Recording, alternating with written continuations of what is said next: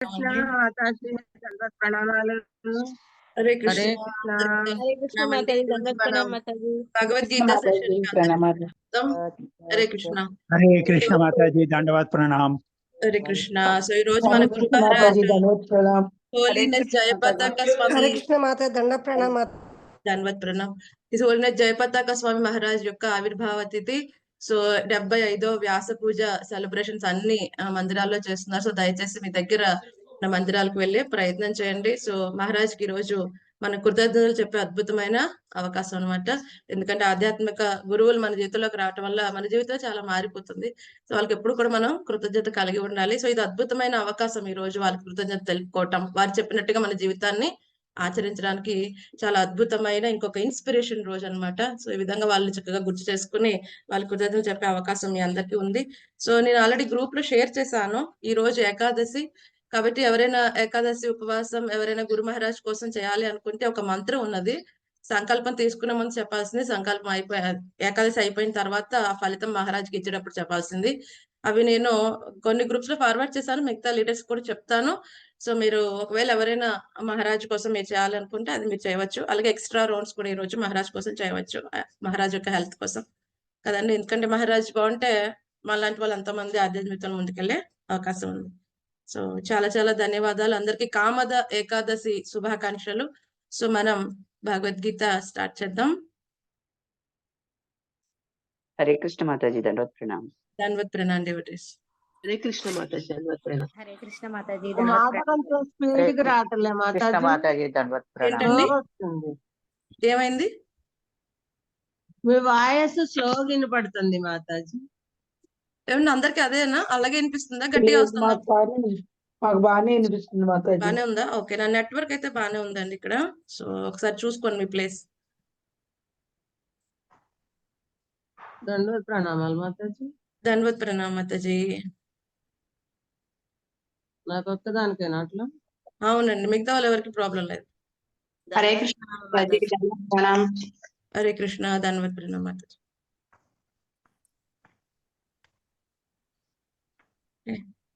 बलदेव जगन्नाथ सुभद्रा मैया की जय, सुदर्शन भगवान की जय, निताय गौर प्रेमानंदे हरि हरि बोल। वामन देव भगवान की जय, परशुराम भगवान की जय, पंचतत्व की जय, निताय गौर प्रेमानंदे हरि हरि बोल। ओम ज्ञानतिमिरान्धस्य ज्ञानाञ्जनशलाकया चक्षुरुन्मीलितं येन तस्मै श्रीगुरवे नमः। नमः ओं विष्णुपादाय कृष्णप्रेष्ठाय भूतले श्रीमते भक्तिवेदान्त स्वामिन् इति नामिने। नमस्ते सरस्वते देवे गौरवाणी प्रचारिणे निर्विशेष शून्यवादी पाश्चात्य देशतारिणे। जय श्री कृष्ण चैतन्य प्रभु नित्यानंद श्री अद्वैता गदाधर श्रीवासादि गौर भक्त वृंद। हरे कृष्णा कृष्ण कृष्ण हरे हरे, हरे राम राम राम हरे हरे। కృష్ణ. సో ఈ రోజు మనం భగవద్గీత 8వ అధ్యాయం భగవత్ ప్రాప్తిలో 23, 24 శ్లోకాలు మనం తెలుసుకునే ప్రయత్నం చేద్దాం.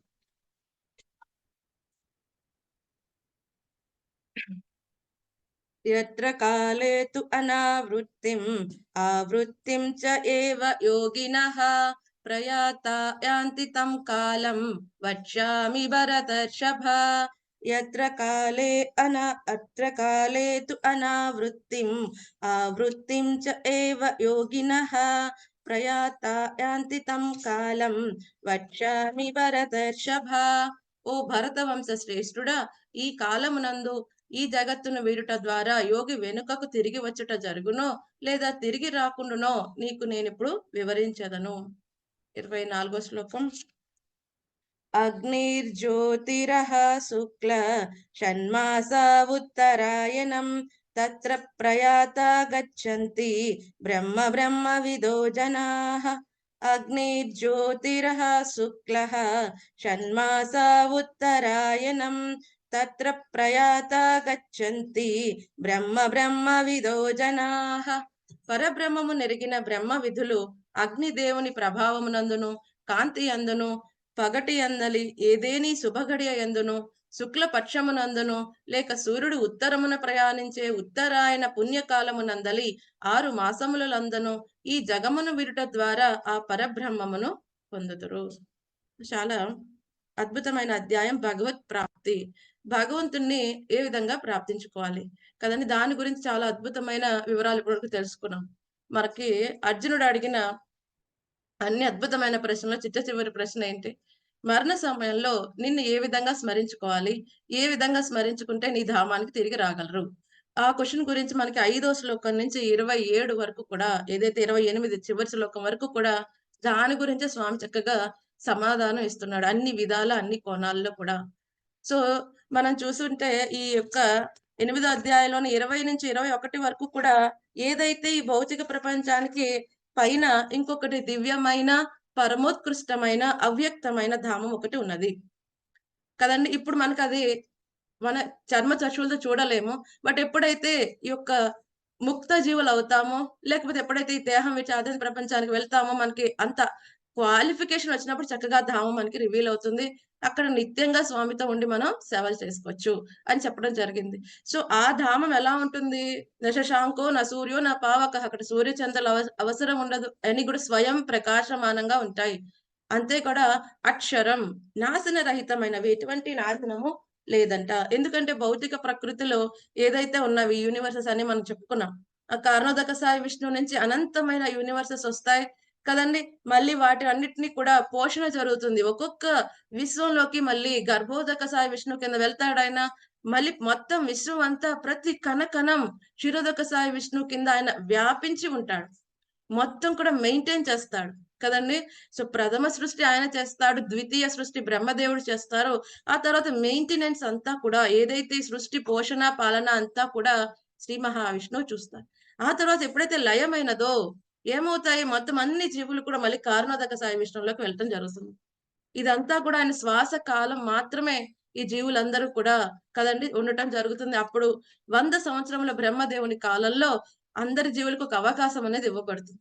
ఎవరైతే చక్కగా భక్తిత సేవ చేస్తారో మళ్ళీ వాళ్ళకి ఒక తల్లి గర్భంలోకి పెట్టబడకుండా మళ్ళీ ఇంకొక జన్మ తీసుకోవాల్సిన అవసరం ఉండదు.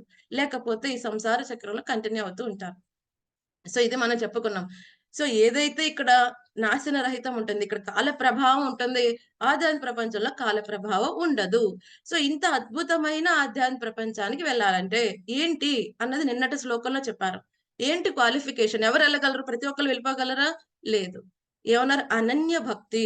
ఎవరైతే అనన్య భక్తి చేస్తారో, అంటే కేవల భక్తి, అంతేగాని ఓకే నేను ఇది చేస్తాను, నీ దగ్గర నుంచి ఇది కావాలి అనేమి ఆశించింది కాదు, కేవలం భగవంతుని సంతృప్తి కోసం చేసేది అనన్య భక్తి. ఆ నుంచి ఏది ఆశించట్లేదు. ధనమా, సంపద, పేర, ప్రతిష్ట ఇటువంటిది ఏది ఆశించట్లేదు. కేవలం నేను ఈ విధంగా సేవ చేయటం కారణంగా భగవంతుడు సంతృప్తి పడితే చాలు, నా గురువు సంతృప్తి పడితే చాలు. ఈ విధంగా అనన్య భక్తి, కేవల భక్తి చేయటం కారణంగా ఏమవుతుంది? ఆ జీవుడు జీవన్ముక్తుడు అవుతాడు, ఆధ్యాత్మిక ప్రపంచానికి అర్హత వస్తుంది అని నిన్నటి శ్లోకంలో చెప్పారు. సరే, అయితే అందరూ ఈ విధంగా చేయగలరా? ఇంకా ఏదైనా పద్ధతి ఉందా? కదండి. సో అందుకనే ఇక్కడ మనకి 23 నుంచి 26 శ్లోకాల్లో ఏం చెప్తున్నాడు ఆయన?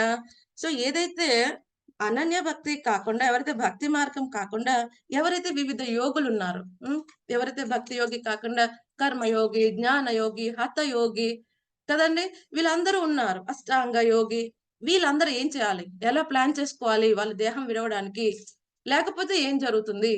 ఏ సమయంలో విడిస్తే వాడు మళ్ళీ తిరిగి ఈ యొక్క 14 లోకాలు ఉన్న దీనికి రాకుండా ఉంటాడు, జన్మ మృత్యు జరా వ్యాధి ఉన్న దానికి రాకుండా ఉంటాడు. ఏ క్షణంలో విడిచిపెడితే దేహం మళ్ళీ తిరిగి వస్తాడు కదండి. ఇదంతా గొప్ప సైన్స్. ఇదంతా కూడా పక్కడబందికి అంత ప్లాన్డ్. మనం అనుకోవచ్చు, ఓకే నేను ఏదో దేహం విడిచిపెట్టిస్తాను, అందరూ చుట్టూరు ఇంతమంది ఉన్నారు, అందరూ ఏడుస్తున్నారు, నేనంటే అది కాదు. మనం ఏ సమయంలో విడిచిపెట్టాం, అదంతా వెనకాల ఈ యొక్క దిక్పాలకులు, అధిష్టాన దేవతలు వాళ్ళందరూ క్యారీ చేస్తారు ఈ సోల్ ని మన పర్టికులర్ డెస్టినేషన్ కి కదండి. సో అదే ఒకవేళ అనన్య భక్తుడికి ఎటువంటి భయము ఉండదు. సో అదే ఇక్కడ చెప్తున్నారు. ఏమంటున్నారు? అనావృత్తిం ఆవృత్తిం చ. ఎప్పుడు దేహం విడిచిపెట్టిన దాన్ని బట్టి ఎప్పుడు తిరిగి వస్తాడా వాడు మళ్ళీ? ఈ భౌతిక ప్రపంచానికి తిరిగి రాడా అన్నది డిసైడ్ అవ్వబడుతుంది కదండి. తిరిగి వస్తాడా లేదా వాడు తిరిగి రాడా అన్నది అటువంటి విషయాలు ఏమంటున్నాడు ఆయన, వక్ష్యామి నేను చెప్తానయ్యా వినవయ్యా. ఏమన్నాడు, భరతర్షభ భరత వంశీయుల్లో శ్రేష్ఠుడైన ఓ అర్జున, ఆ వివరాలన్నీ నీకు చెప్తాను వినవయ్యా కదండి. సో ఎవరైతే అంతకాలంలో భగవంతుని స్మరించుకుంటే నా ధామానికి వస్తాను ఆల్రెడీ 5వ శ్లోకంలో చెప్పాడు. ఒకవేళ ఎప్పుడైతే మరణ సమయంలో వాళ్ళ భావన ఎలా ఉంటుందో అటువంటి దేహాన్ని పొందుతారు అని చెప్పి 6వ శ్లోకంలో చెప్పాడు. కానీ ఆ దేహం విడిచిపెట్టినప్పుడు సమయం ఏమిటి, ఆ ఘడియలు ఏమిటి, దాన్ని బట్టి వాడి పరిస్థితి ఏంటి, అలాగే యోగులైన వారు ఏ విధంగా వాళ్ళన్ని కూడా డిసైడ్ చేసుకుంటారు వాళ్ళు పరిపూర్ణమైన యోగులంటే అన్న విషయాన్ని చెప్తున్నాడు స్వామి వచ్చే శ్లోకాల్లో. సో ఇక్కడ ఒక అద్భుతమైన విషయం చెప్పారు ప్రభుపాద్ గారు, ఈ భాషలో చక్కగా చెప్పారు. అనన్య భక్తులు భయపడాల్సిన అవసరం లేదు. ఎందుకంటే మిగతా యోగులందరూ కూడా భయపడతారు, నీ దేహం ఈ టైంలో విడిచిపెట్టాలి లేకపోతే మళ్ళీ తిరిగి రావాలి కదండి. వాడు పరిపూర్ణ స్థితికి రాకపోతే, వాడు సరిగ్గా ప్లాన్ చేసుకోకపోతే మళ్ళీ తిరిగి రావాల్సి వస్తుంది భౌతిక ప్రపంచానికి. కానీ అనన్య భక్తులకి ఎటువంటి భయం ఉండదంట, ఫియర్లెస్ గా ఉంటారు, భయరాహిత్యంగా ఉంటారంట. అయ్యో నేను ఈ విధంగా యాక్సిడెంట్ లో చనిపోయాను, లేకపోతే కొమ్మాల్లో చనిపోయాను కదండి, లేకపోతే ఏదో రాకూడని వ్యాధి వచ్చింది, అప్పుడు మరణ సమయంలో నాకేం గుర్తులేదు, భగవంతుని ఎలా స్మరించుకోవాలి, అటువంటి టెన్షన్ ఏమీ ఉండదు శుద్ధ భక్తులకి కదండి. ఎందుకంటే భగవంతుడి పట్ల సంపూర్ణ విశ్వాసం, నమ్మకం కదండి. సో మనకి వరాహ పురాణంలో స్వయంగా స్వామి చెప్తాడు, యాతి వాదాది దోషేన మద్భక్తో నాంచరా స్మరేత్. ఎవరైనా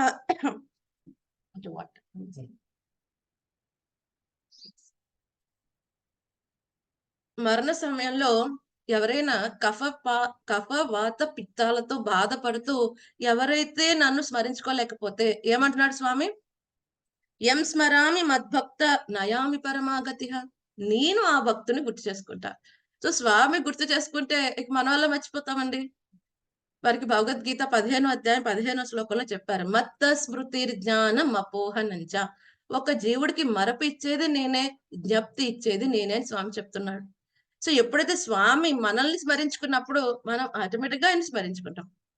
కాబట్టి భక్తుడికి సంపూర్ణమైన విశ్వాసం భగవంతుని రక్షణ పట్ల. ఈ విధంగా అయితే చిన్నపిల్లలు చూస్తూ ఉంటాం, చిన్నపిల్లలకి వాళ్ళ తల్లిదండ్రుల పట్ల ఎంతో నమ్మకం ఉంటుంది. మన చిన్నపిల్లలు చూస్తాం, వాళ్ళు గాల్లో ఎగరేసినప్పుడు ఎలా ఉంటుంది, ఫస్ట్ టైం వాళ్ళ రియాక్షన్ చాలా డిఫరెంట్ గా ఉంటుంది. అయ్యో నన్ను ఎంతో ప్రేమగా చూసుకునే నా తండ్రి ఎందుకు ఇస్తున్నాడు గాల్లోకి. కానీ ఎప్పుడైతే ఒకసారి తండ్రి పట్టుకుంటాడు చేతిలో, అప్పుడు అర్థం అవుతుంది, ఓ అయితే నీ కింద పన్ను పట్టుకుంటున్నాడు, కానీ మజా వస్తుంది పైకి ఎగురుతాడు. అప్పుడు ఏం చేస్తాడు, ఆ తండ్రి ఆపేస్తాడు 2-3 సార్లు ఎసిరేసి, మళ్ళీ ఇంకా చేయండి, ఎందుకంటే నమ్మకం కింద తండ్రి పట్టుకుంటాడు అని కదండి. అలాగే ఈ అనన్య భక్తులకి స్వామి నుంచి ఏమి ఆశించరు, కానీ ఒక సంపూర్ణమైన నమ్మకం. వాళ్ళ జీవితంలో ఏది జరుగుతున్నా, అలాగే మరణ సమయం ఏ సమయంలో వాడి దేహాన్ని విడిచిపెట్టినా స్వామి రక్షణ నాకు దొరుకుతుంది, స్వామి తన ధామానికి నన్ను తీసుకుని వెళ్తాడు. సో భగవద్గీతలో కూడా స్వామి అది చక్కగా ప్రామిస్ చేశారు, అహం సముర్ధార్త మృత్యు సంసార సాగరాత్. అహం సముర్ధత, స్వయంగా నేను వాడిని ఈ మృత్యు సంసార సాగర్ నుంచి నేను వాడిని దాటి వేస్తాను. తనే వస్తాడంట స్వామి స్వయంగా కదండి. ఎంత స్విమ్మింగ్ వచ్చిన వాడైనా చిన్న చిన్న సరస్సుల్లో వాటిలో స్విమ్ చేయగలడేమో, ఒక సముద్రంలో ఈదాలంటే చాలా కష్టం, ఎంతసేపు ఈదుతాడు కదండి. అటువంటిది సంసార సాగరం, ఇది గొప్ప పెద్ద సాగరం. ఎంత గొప్ప స్విమ్మర్ అయినా కష్టమే. మరి ఏం చేయాలి, బయట నుంచి ఎవరైనా చెయ్యి విచ్చి వాడిని పైకి లాగితే వాడు సునాయాసంగా బయటికి రాగలడు. అంతేగాని అదే సంసారంలో ఈదుతూ ఉన్నవాడు మన్నెలా పైకి లాగలడు కదండి. సో స్వామి ఏమంటున్నాడు, నేను గరుడారుడై నేనే స్వయంగా నిన్ను సంసార సాగర్ నుంచి బయటికి తీస్తానయ్యా, ఇది నా ప్రామిస్ అని చెప్తున్నాడు స్వామి కదండి.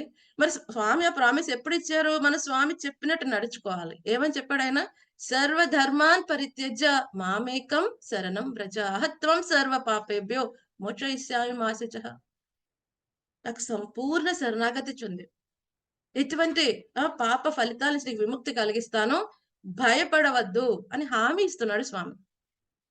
ఎవరు హామీ ఇవ్వగలరు, ఎవరు డిక్లేర్ చేయగలరు ఈ సంసార సాగర్ నుంచి నేను తీసుకెళ్తాను, నువ్వు టెన్షన్ పడాల్సిన అవసరం లేదని. సో అటువంటి గొప్ప యజమానికి ఏం చేయాలి, సేవ చేయాల్సి ఉంటుంది. ఆయన ఎవరు, హృషికేశుడు. హృషికములు అంటే ఇంద్రియములు, ఇంద్రియములకు యజమాని, అందరి ఇంద్రియములకి కూడా. సో ఎప్పుడైనా సర్వెంట్ ఎప్పుడు ఆనందంగా ఉంటాడు? మాస్టర్ని సంతృప్తి పరిచినప్పుడు. అలాగే ఇంద్రియములన్నీ వాటి మాస్టర్ అయిన ఆ ఋషికేశుణ్ణి సేవించినప్పుడు ఆటికి నిజమైన దివ్యమైన ఆనందం కలుగుతుంది. లేకపోవటం కారణంగా ఎవరైతే తన యొక్క ఇంద్రియాలను సంతృప్తి పరుచుకునే ప్రయత్నం చేస్తా ఉంటే ఏం జరుగుతుందండి? ఎప్పటికి కూడా నిజమైన ఆనందం దేనికోసం అయితే మనసు, ఇంద్రియాలు పరిగెడుతున్నాయో అక్కడికి, ఇక్కడికి, లేకపోతే ఈ ఫోను, లేకపోతే ఆ కారు, ఆ ఇల్లు, ఇది, అది ఎందుకు తిరుగుతున్నాడు ప్రతి ఒక్కడు కూడా? ఎందుకు ఒకే చోట ఉండలేక అది కావాలి, ఇది ఎందుకంటే ఆనందం కోసం పరిగెడుతున్నాడు. కానీ భౌతిక ప్రపంచంలో మన ఇంద్రియాలను మనం సంతృప్తి పరుచుకునే ప్రయత్నంలో ఎప్పుడు ఆనందం అనేది దొరకదు. కదండీ! ఎప్పుడైనా యజమానికి సేవ చేసినప్పుడు సర్వెంట్‌కి ఆనందం. అలాగే ఇంద్రియాలకి యజమాని అని హృషికేశుని సేవించినప్పుడే మనకి నిజమైన ఆనందం ఉంటుంది. ఎప్పుడైతే యజమాని మనం చక్కగా సేవిస్తుంటే, ఆ యజమాని నుంచి రక్షణ అనేది చక్కగా ఇవ్వబడుతుంది. అందులో భగవంతుడేమి అంత దయలేని వాడు కాదు. చాలా దయగలిగిన వాడు. కదండీ! ఎంత దయగలిగిన వాడంటే, మన కర్మల ఫలితంగా మనం కుక్క, పిల్లి, పంది మలమూత్రాల్లో ఉండే ఇంద్రగోప జీవి అయినప్పటికీ కూడా మనతో పాటు పరమాత్మ కింద ఉంటున్నాడు. మనం చాలా సార్లు అనుకుంటాం నేను చాలా లోన్‌లీ ఒక్కదాన్నే ఉన్నా. భగవంతుడు ఎప్పుడు ఒక్కళ్ళని విడిచిపెట్టలేదు. ఆయనకి మనం అంటే ఎంతో ఇష్టం. ఏం చేస్తున్నాడు? మనతో పాటు పరమాత్మ కింద ప్రతి ఒక్క జీవితంలో ఉంటున్నాడు. ఏం చేస్తాడు? దశ, దిశ నిర్దేశిస్తూ ఉంటాడు. సాక్షీభూతుడు కింద ఉంటాడు. మరి అదేంటండి పరమాత్మ చెప్పేది నాకేం వినిపించట్లేదు. చెప్తాడు ఆయన. ఏదైనా తప్పు పని చేసినప్పుడు చేయవద్దు చెప్తాడు. కానీ మనం ఏం చేస్తున్నాం? ఆయనకి మనకి పెద్ద గోడ కట్టేస్తే ఆయన చెప్పింది మనకి వినిపించదు. కదండీ! సో, ఎవరైనా అడ్వైస్ ఇస్తారు. మంచి అడ్వైస్. ఒకసారి చెప్తారు, 2 సార్లు చెప్తారు. 3 సార్లు చెప్పినా వాడు వినకపోతే ఏమవుతుంది? ఆళ్ళు మాట్లాడుతున్న మనం ఆపేసాం. ఆ ఇనిషియేషన్ తీసుకోవడానికి. ఆ గోడ కట్టేసాం. అప్పుడు ఇటువంటి చేంజ్ మనలో ఉండదు. ఆ విధంగా జీవుడేమి నాశనం అయిపోవాలని భగవంతుడు అనుకోలేదు. తన వివిధ కోరికల కారణంగా రకరకాల కర్మలు చేస్తూ రకరకాల బంధనాల్లో పెట్టబడ్డాడు. కానీ ఎప్పుడైతే మళ్ళీ అనన్య భక్తి చేస్తాడో అప్పుడు ఈ భౌతిక ప్రపంచాన్ని విడిచిపెట్టి వెళ్ళినప్పుడు కనీసం ఈ దేహంలో ఉన్నంత సేపు కూడా జీవన్ముక్తుడవుతాడు. దేహాన్ని విడిచిపెట్టి వెళ్ళినప్పుడు ఆధ్యాత్మిక ప్రపంచానికి ఏదైతే ఇంతకు ముందు వివరణ ఇచ్చారో 20, 21 శ్లోకాల్లో అక్కడికి వెళ్లి స్వామిని నిత్యంగా సేవించుకోవచ్చు. ఏమన్నాడు స్వామి? ఎవరైతే నా ధామానికి వస్తారో తిరిగి రారు. ఆ బ్రహ్మ భువనార్లోక పునరావృత్తి నచ్చిన కదండి. ఈ 14 లోకాల్లో సత్యలోకం వరకు, బ్రహ్మలోకం వరకు ఎక్కడికి వెళ్ళినా మళ్ళీ ఏమి రావాలి? మళ్ళీ తిరిగి రావాలి. బట్ ఎవరైతే నా ధామానికి వస్తారో తిరిగి రారు అని చెప్తున్నారు. చాలా మంది ఏమో పుణ్యం చేసాం స్వర్గం వెళ్ళిపోతాం అక్కడే ఉండిపోతాం.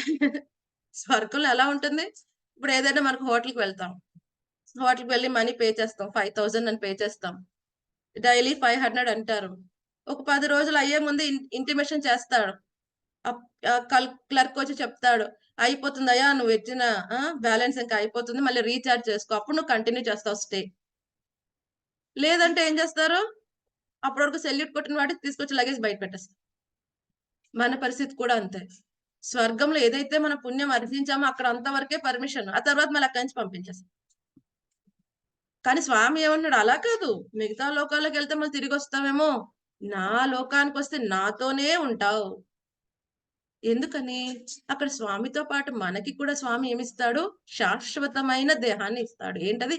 ఆధ్యాత్మిక దేహం. సచ్చిత్ ఆనందమయం. ఇప్పుడు మనకున్నదేంటి? అసత్, అలాగే శాశ్వతమైన కానిది, అజ్ఞానపూర్ణమైనది, ఆనందం లేనిది. ఎందుకని? ఈ దేహం ఎప్పుడు కూడా రకరకాల దుఃఖాలను ఇస్తూ ఉంటుంది. కదండీ! రకరకాల దుఃఖాలను ఇస్తూ ఉంటుంది. అలాగే ఎప్పుడు కూడా అజ్ఞానంగా ఉంచుతుంది. ఎందుకంటే దేహ భావంలో ఉంటాం మనం. కదండీ! సో, శాశ్వతమైనది కాదు. ఎప్పుడు అలాగే ఉంటుందా మన దేహం? లేదు. నశిస్తుంది, క్షీణిస్తుంది. ఒకానొక సమయంలో మనం విడిచిపెట్టాల్సి వస్తుంది. ఎందుకంటే ఇది పంచభూతాత్మకమైనది. ఈ భౌతిక ప్రకృతి వ్యక్తమవుతుంది, అవ్యక్తమవుతుంది. అలాగే 6 రకాల మార్పులు వస్తాయి ఈ దేహానికి కూడా. సో, ఇటువంటి అశాశ్వతమైన దేహంలో ఉంటున్నాం కాబట్టే మనకు కంటిన్యూస్ యాంగ్జైటీ ఉంటుంది. ఎందుకంటే జీవుడు శాశ్వతమైన వాడు. ఏదైనా శాశ్వతంగా కావాలని కోరుకుంటాడు. కానీ ఏదైతే దేహము, దేహానికి సంబంధించిన ఏదైనా అశాశ్వతం కాబట్టి ఏమవుతుంది? ప్రతి దాంట్లో కూడా తనకి యాంగ్జైటీ వస్తుంది. డిస్సాటిస్ఫాక్షన్ వస్తుంది. ఆతృత కలుగుతుంది. ఎందుకంటే వాడు శాశ్వతంగా కావాలనుకో అది ఇక్కడ దొరకదు. ఎక్కడికి వెళ్ళాలి? ఆధ్యాత్మిక ప్రపంచానికి వెళ్ళాలి. సో భక్తి వినోద్ ఠాకూర్ గారు శరణాగతి అనే పుస్తకంలో ఒక అద్భుతమైన ఆత్మ నివేదన సాంగ్ ఒకటి రాశారు. సో ఆయన ఏమంటారు? ఓ సన్ ఆఫ్ నంద, ఓ నందనందన, ఓ నంద మహారాజ్ యొక్క పుత్రుడా, నేను నీకు ప్రార్థన చేస్తున్నా. సో ఏం ప్రార్థన చేస్తున్నాడంటే ఆయన, నా మనస్సు, నా యొక్క శరీరం, నా ఫ్యామిలీ మొత్తం అంతా కూడా నీకు శరణాగతులు అయి ఉన్నాం. నీ యొక్క పాద పద్మాల దగ్గర మేము అందరూ శరణాగతి పొంది ఉన్నాం. ఇంకా ఏమని ప్రార్థిస్తున్నాడు? జస్ట్ నీ యొక్క పాద పద్మాలను జప్తి చేసుకోవటం కారణంగా నాకు వచ్చిన గుడ్ ఫార్చ్యూన్ అదృష్టమైన, లేకపోతే బ్యాడ్ ఫార్చ్యూన్ దురదృష్టమైన, అలాగే నా జీవితమైనా నా మృత్యువైనా ఏదైనప్పటికీ కూడా ఇటువంటి కష్టం వచ్చినప్పటికి కూడా అది డిజపేర్ అయిపోతుంది. ఎందుకని? మేమందరం కూడా నీ పాద పద్మాల శరణాగతులం కాబట్టి. అంటే ఏమంటున్నాడు ఆయన? ఎంత అమంగళకరమైనదైనా మేము నీ పాద పద్మాలను ఆశ్రయించాం కదా, అందుకని అది మంగళకరం అయిపోతుంది కదండి. సో ఇంకా ఏమంటున్నాడు ఆయన? మారోబి రాకోబి జోయిచ్చ తోహార నిత్యదాస ప్రతితువ అధికార. మారోబి రాకోబి జోయిచ్చ తుమార. మీరు నన్ను చంపేసినా, అలాగే రకోబి రక్షించినా అది మీ ఇష్టం. ఎందుకని? జోయిచ్చ తుమ్హార, నువ్వు సర్వ అధికారివి, సర్వ స్వతంత్రుడు, నువ్వు ఏదైనా చేయవచ్చు. నేనెవరు డిమాండ్ చేయడానికి లేదు. ఏ కృష్ణ ఇంత చేస్తున్నాను సేవ ఎందుకు డిమాండ్ చేయడానికి లేదు. ఆయన సర్వ స్వతంత్రుడు. డిమాండ్ చేయగలమా అండి స్వామిని? మనం చేయలేం. కేవలం మనం సాధన చేసి ఆయన్ని శరణాగతి పొందగలం. రక్షణ ఇవ్వటం ఇవ్వకపోవటం అది ఆయన ఇచ్చా. అంతేగాని ఇన్ని సంవత్సరాలు బట్టి చేస్తున్నా, ఏంటి కృష్ణ చూస్తే కాలు ఇరిగిపోయింది, ఏం కాపాడుతున్నావు? డిమాండ్ చేయడానికి లేదు కదండి. అజామిలుడికి స్వామి అదే జన్మలో సెకండ్ ఛాన్స్ ఇచ్చారు. యమదూతలు వచ్చారు, పట్టుకుపోయేవారు. మళ్ళీ విష్ణుదూతలు వచ్చారు, మళ్ళీ సెకండ్ ఛాన్స్ ఇచ్చారు. ఆ తర్వాత తను ఎంతో శుద్ధ భక్తుడయ్యాడు, అదే జన్మలో అదే ప్రపంచానికి వెళ్ళాడు. కానీ మనం భరత మహారాజ్ విషయంలో చూస్తాం, ఏం జరిగింది? అదే జన్మలో అవకాశం ఇచ్చారండి సెకండ్ ఛాన్స్? చెప్పండి ఎవరైనా. అదే జన్మలో ఇచ్చాడా స్వామి? 3 chances మాతాజీ. లేదు మాతాజీ, ఇవ్వలేదు. సో మరి భరత మహారాజ్ ఏమని అడిగారు? అదేంటి స్వామి, ఆ జాముడికి ఇచ్చే అవకాశం నాకు ఇవ్వలేకపోయావు? అడగడానికి లేదు. ఎవరిని క్వశ్చన్ చేస్తాం? సర్వ స్వతంత్రుడు ఆయన. ఏమైనా సర్వెంటా మన ఇంట్లో అడగడానికి, ఆర్డర్ చేయడానికి? సర్వెంట్ అయితే ఓకే ఇలా చేయి నువ్వు అని ఆర్డర్ చేయవచ్చు. ఓ నేను నీకు పే చేస్తున్నాను కదా నువ్వు చేయి. కానీ భగవంతుడు అలా కాదు. ఓ నేను నీకు 10,000 కొబ్బరికాయలు కొట్టిస్తాను, మరి ఇలా చేస్తాను. ఆర్డర్ చేయడానికి లేదు. స్వామిని కొనగలమా? కొనలేము. కేవలం ప్రార్థించగలం, కేవలం శరణాగతి పొందగలం. శుద్ధ భక్తులు ఎవరు డిమాండ్ చేయరు ఆయన దగ్గర నుంచి. డిమాండ్ చేసేది ఏమవుతుంది? బిజినెస్. భగవంతుడితో బిజినెస్ మనం చేయలేం. చాలా గొప్ప బిజినెస్ మ్యాన్ ఆయన. ఆయనతో బిజినెస్ చేస్తే మన వల్ల కాదు. ఎందుకంటే బిజినెస్ చేయడానికి కూడా సమవుజ్యం ఉండాలి. మరకంటే పెద్దవాళ్ళతో బిజినెస్ చేసి చాలా కష్టం. భగవంతుడితో మనం బిజినెస్ చేయకూడదు. భగవంతుడితో కేవలం భక్తి చేయాలి కదండి. సో ఆ విధంగా సర్వ స్వతంత్రుడు. భక్తివినోద్ ఠాకూర్ ఏమంటున్నారు? అంతేకాకుండా నిత్యదాస ప్రతితువ అధికార. నేను యొక్క నిత్య దాసుణ్ణి, నీ సర్వెంట్ని. నన్ను ఏం చేయడానికైనా నీకు సంపూర్ణ అధికారం ఉన్నది. అక్కడ భక్తి వినోద్ ఠాకూరేనా నిత్యదాసుడు? ప్రతి ఒక్క జీవుడు కూడా. భక్తి వినోద్ ఠాకూర్ మనం ఎలా ప్రార్థించాలో చెప్తున్నారు. నిత్యదాస ప్రతితువ అధికార.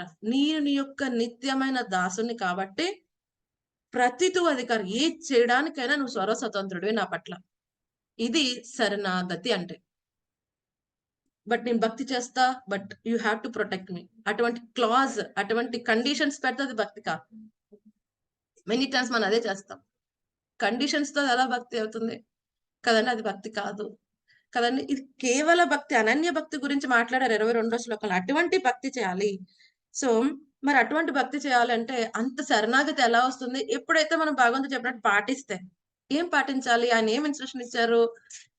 ఒకే ఇన్స్ట్రక్షన్ 2 అధ్యాయాల్లో ఇచ్చాడు ఆయన. 9వ అధ్యాయం అలాగే 18వ అధ్యాయంలో కూడా. 9వ అధ్యాయం 34వ శ్లోకం, 18వ అధ్యాయం 65వ శ్లోకంలో కూడా ఏం చెప్పారు ఆయన? మన్మనాభవ మద్భక్తో మధ్యాజీమాం నమస్కురు. This a wonderful instruction. Actual గా పాటించాల్సింది. మన్మనాభవ మద్భక్తో. ఏమంటున్నాడు? నీ మనసుని ఎప్పుడు నా మీదే కేంద్రీకరించు. మద్భక్తు, నా భక్తుడవు. మధ్యాజీ, నన్ను అర్చించు, సేవించు. నమస్కురు, నాకు నమస్కారాలు సమర్పించు. ఏదైనా కష్టమా అండి? మన పొలాలు, బిల్డింగ్లు ఏమి రాసిమనట్లేదు కదండి. గొప్ప సన్యాసి తీసుకుంటేనే నా ధామానికి వస్తావని అంతకంటే చెప్పట్లేదు. ఏం చేయమంటున్నాడు ఆయన? ఏ కర్మ చేసినా మయి సర్వాణి కర్మాని, నా కోసం చెయ్యి, నాకు అర్పణగా చెయ్యి. ఎందుకని? ఏదైనా స్వామికి అర్పణగా చేస్తే ఏం చేస్తామండి? ది బెస్ట్ చేస్తాం. ఇప్పుడు మన ఇంటికే మన అమ్మగారు వచ్చారనుకోండి. మన అమ్మ వస్తుంది చాలా సంవత్సరాల తర్వాత. ఏం చేస్తాం? అమ్మకి ఇష్టమైనవన్నీ చేస్తాం డెఫినెట్ గా. మనకొచ్చిన దాంట్లో మనకొచ్చిన స్కిల్ ఎంతవరకు ఉంటే అంతవరకు చేస్తాం. మన శాయశక్తులా ప్రయత్నిస్తాం. ఎందుకని? అమ్మని సంతృప్తిపరచడానికి ప్రయత్నం చేస్తున్నాం. అంటే అమ్మ తయారు చేసిన వాటి కంటే మనకొస్తుంది. ఆవిడ దగ్గర నేర్చుకున్న వాళ్ళం. ఆవిడ దగ్గర పెరిగిన వాళ్ళం. ఆవిడకి ఎంతో ఎక్స్‌పీరియన్స్ ఉంటుంది వంటలో. మనం చేసేది నచ్చకపోవచ్చు. బట్ ఏం చేస్తున్నాం? ఎంతో కొంత ప్రయత్నిస్తున్నాం. ఆ ప్రయత్నానికి మురిసిపోతుంది తల్లి. అంతేగాని మనం పెట్టినయి సాటిస్ఫాక్షన్‌గా ఉంటుందా? కాదు. అలాగే మనం కూడా అంతే. స్వామి కోసం చేసినప్పుడు ఏం చేస్తాం? మనకున్న 100% కెపాసిటీ అంతా పెట్టి చేస్తాం. చాలా మంది ఏమనుకుంటారు భక్తులకొస్తే దే ఆర్ ఇర్రెస్పాన్సిబుల్ అయిపోతారు. నో. మోర్ రెస్పాన్సిబుల్ అవుతారు. ఎందుకని? ప్రతీదీ కృష్ణార్పణంగా చేస్తాం. కృష్ణ భగవానుకి సమర్పించి కర్మ కింద చేసినప్పుడు ఎంత అద్భుతంగా చేస్తాం. సో, మీ ఇంట్లో ప్రైమ్ మినిస్టర్ గారే వస్తున్నారనుకోండి. ఆ రోజు ఏర్పాట్లు ఎలా ఉంటాయి? ఎలా ఉంటాయండి? ప్రైమ్ మినిస్టర్ గారిని మీరు ఇన్వైట్ చేశారు. ఎలా ఉంటుంది? బ్రహ్మాండంగా ఉంటుంది కదా! ఎంత ఉన్న దాంట్లో ఇప్పుడు ప్రైమ్ మినిస్టర్ గారు ఆయన రేంజ్ తగ్గట్టు మనం చేయలేం. ఎందుకంటే మనకంటే ఆయనకి ఎక్కువ ఫెసిలిటీస్ ఉంటాయి ఆల్మోస్ట్ డెఫినెట్ గా. కానీ ఏం చేస్తాం? మన ఇంటికి డిన్నర్‌కో, లంచ్‌కో వస్తున్నారనుకోండి. మనకు కుదిరినంతగా మనం చేస్తాం అరేంజ్‌మెంట్స్. అలాగే ఏదైతే అటువంటి ప్రైమ్ మినిస్టర్ వచ్చినప్పుడు అంత కేర్‌ఫుల్ గా ఉంటాం. ఏదైనా ఆయనకి ప్రైమ్ మినిస్టర్‌కి ఇచ్చే ఫ్లవర్ గాని, ఆయనకిచ్చే పెద్ద బొకే గాని, ఆయనతో మాట్లాడే విధానం కానీ, ఆయనకిచ్చే పానీయాలు గాని ఏం చేస్తాం? ఎంతో కేర్‌ఫుల్‌గా నడుచుకుంటాం. అటువంటిది ఏమన్నాడు ఆయన? మయి కర్వాణి నా కోసం కర్మలు చెయ్యి అంటున్నాడు. ఆ ఫలితాలను నాకు సమర్పించు. ఫలితాల పట్ల ఆసక్తి వద్దు అంటున్నాడు. సో, అటువంటప్పుడు పాపభూయిష్టమైన కర్మ చేసి, ఓ కృష్ణ ఇది నీ కోసమే చేశా. ఎలా ఇస్తాం? బాగా వాడిపోయిన ఫ్లవరో, బాగా మాడిపోయిన చపాతీ తీసుకొచ్చి ప్రైమ్ మినిస్టర్ గారు ఇది మీకోసమే కష్టపడి చేశానండి. ఆ! ఎలా ఉంటుంది? హ్మ్. ఆయన కోసం కష్టపడి చేస్తే చాలా కేర్‌ఫుల్‌గా ఉంటాం. దాన్ని మార్చవు. చక్కగా చేస్తాం. కదండీ! అలాగే భగవంతుడి కోసం చేసినప్పుడు ఏం చేస్తాం? అది భోగం తయారు చేయటమైనా, ఆయన గార్లెన్ కట్టడమైనా, అలాగే మనం చేసే ఏదైతే విద్యుక్త ధర్మం ఉంటుంది. దేహం వచ్చినప్పుడు భార్య కింద చేయాల్సినయి ఉంటాయి. భర్త కింద చేయాల్సినయి ఉంటాయి. తండ్రి కింద, తల్లి కింద. అలాగే మనం ఏదైతే డ్యూటీస్ ఉన్నాయో విద్యుక్త ధర్మాలు అవి చేయాల్సినయి ఉంటాయి. బట్ అవన్నీ కూడా ఎవరికి అర్పణంగా చేయమంటున్నారు? మదర్పణ నాకు అర్పణ చేయమంటున్నాడు స్వామి. ఆ విధంగా చేస్తే ఏం చేస్తాం? ప్రతిదీ ది బెస్ట్ ఇస్తాం. అలాగే పాపభూయిష్టమైన కార్యాల నుంచి మనం వైదొలుగుతాం. ఆ విధంగా ఏమవుతుంది? పవిత్రమైన జీవితాన్ని వాడు గడుపుతూ ఉంటాడు. అప్పుడు ఏమవుతుంది? ప్రతి కర్మ, అకర్మ, కర్మ చేస్తున్నప్పటికీ కూడా వాడు బంధనాల్లో పెట్టబడకుండా ఉంటాడు. అలాగే ఈ దేహంలో ఉన్నప్పటికి కూడా జీవన్ముక్తుడవుతాడు. హ్మ్. ఎలాగైతే తామరాకు నీళ్ళల్లో ఉన్న బురద చేత అంటపడకుండా ఉంటుందో, ఈ భౌతిక ప్రపంచంలో ఉన్నప్పటికీ కూడా ఈ పాప పుణ్య కర్మల నుంచి ఎటువంటి ఎఫెక్ట్ లేకుండా శుద్ధుడి కింద ఉంటాడు. అప్పుడు ఏమవుతుంది? ఎలాగైతే కొబ్బరి ఉంటుంది, ఎండు కొబ్బరి ఏమవుతుందండి? బాగా ఎండిపోయిందనుకోండి, బురిడి అయిపోతుంది లోపల. ఆ షెల్‌కి అంటుకోదింకా. ఆ కాయలో ఉన్న ఫలితమే గాని అది కొడితే లోపల అది షెల్‌కి అది డిటాచ్ అయిపోయింది ఆల్రెడీ. ఏమీ అంటుకోదు. కదండీ! అలాగే అయిపోతాడు వాడు కూడా. భౌతిక ప్రపంచం ఉన్నప్పటికి కూడా జీవన్ముక్తుడవుతాడు. అప్పుడు ఎప్పుడైతే ఈ దేహం విడిచిపెట్టాడో ఆధ్యాత్మిక ప్రపంచానికి వెళ్తాడు. కదండీ! సో, స్వామి ఎంతో గ్యారంటీ ఇస్తున్నాడు. సరే అయితే సో, మరి చీట్ చేసావచ్చా స్వామిని? చీట్ చేయలేం స్వామిని. స్వామిని అస్సలు చీట్ చేయలేం. సో, పూర్వానికి ఒకతను అనుకున్నాడంట ఎవరో చెప్పారంట, సరే అయితే కాశీలో దేహం విడిచిపెడితే ఏమవుతుందంట స్వయంగా పరమశివుడు వచ్చి చెవులో శ్రీరామ అని చెప్తారంట. సో, ఎందుకంటే వీడు ఎలాగో పాపాలు చేసి ఉన్నాడు. వీడి నోటెంట మరణ సమయంలో శ్రీరామ వస్తుందో లేదో వీడికి సందేహం. సరే అయితే అందరూ చెప్పినట్టుగా అనుకున్నాడు. నేను వెళ్లి కాశీలోనే సెటిల్ అవుతా. ఒకవేళ నేను స్మరించకపోయినా పరమశివుడు అప్పుడప్పుడు అదే డ్యూటీగా పెట్టుకున్నాడు. ఇక్కడ మరణించిన వాళ్ళకి నేను శ్రీరామ చెప్తాను. వాడు చక్కగా ఆధ్యాత్మిక ప్రపంచానికి వెళ్తాడు. సో, ఈ విషయం విన్నాడు, వెళ్ళాడు, ఉన్నాడు. జరుగుతుంది. కొన్ని రోజులు అలా జరిగింది. సడెన్‌గా అనారోగ్యం వచ్చేసింది బాగా. సో, తనకి డౌటొచ్చేసింది. ప్రాణం ఉంటదో లేదో అని. సో ఏమైంది, చాలా కొంచెం రోగం ముదిరిపోయింది. సో అందరూ అనుకున్నారు పక్క ఊరికి తీసుకుని వెళ్తాం. ఈ వ్యక్తి అన్నాడు పక్క ఊరికి వద్దు, ఏదైతే అది అవని ఇక్కడే. ఎంత కష్టపడి ఇన్ని సంవత్సరాలు ఇక్కడ ఉంది, ఎందుకు ఇక్కడ దేహం విడిచిపెట్టాలి. సరే అయితే వాళ్ళు ఎంత వద్దంటున్నారు కదా అని తీసుకెళ్లరు. కానీ ఒకసారి ఏమవుతుంది, బాగా స్పృహ కోల్పోతాడు.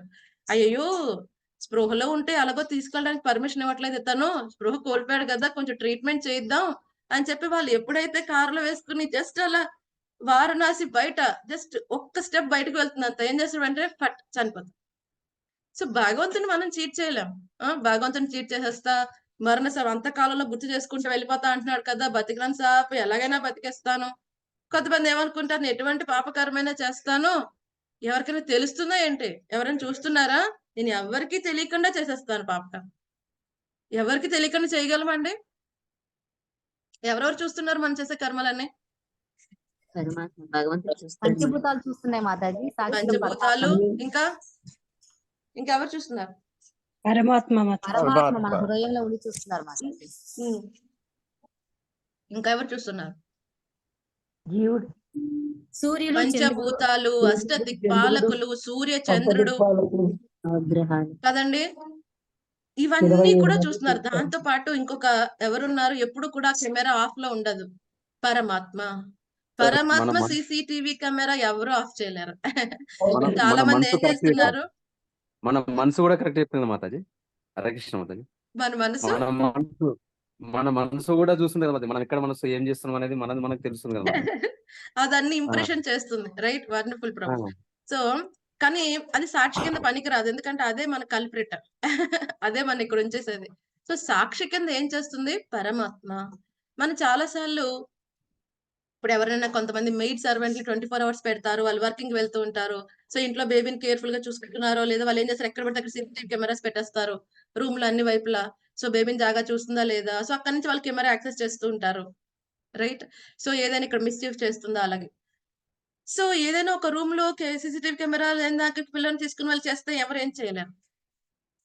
కానీ ఇక్కడ మనం ఏది చేసినా రికార్డ్ అవుతుంది, ఎందుకంటే పరమాత్మ సీసీటీవీ కెమెరా ఆఫ్ అనేది లేదు, ఛార్జింగ్ ఉండిపోవటం పోవటం అనేది ఏం లేదు, ఎప్పుడు ఆన్ లోనే ఉంటుంది.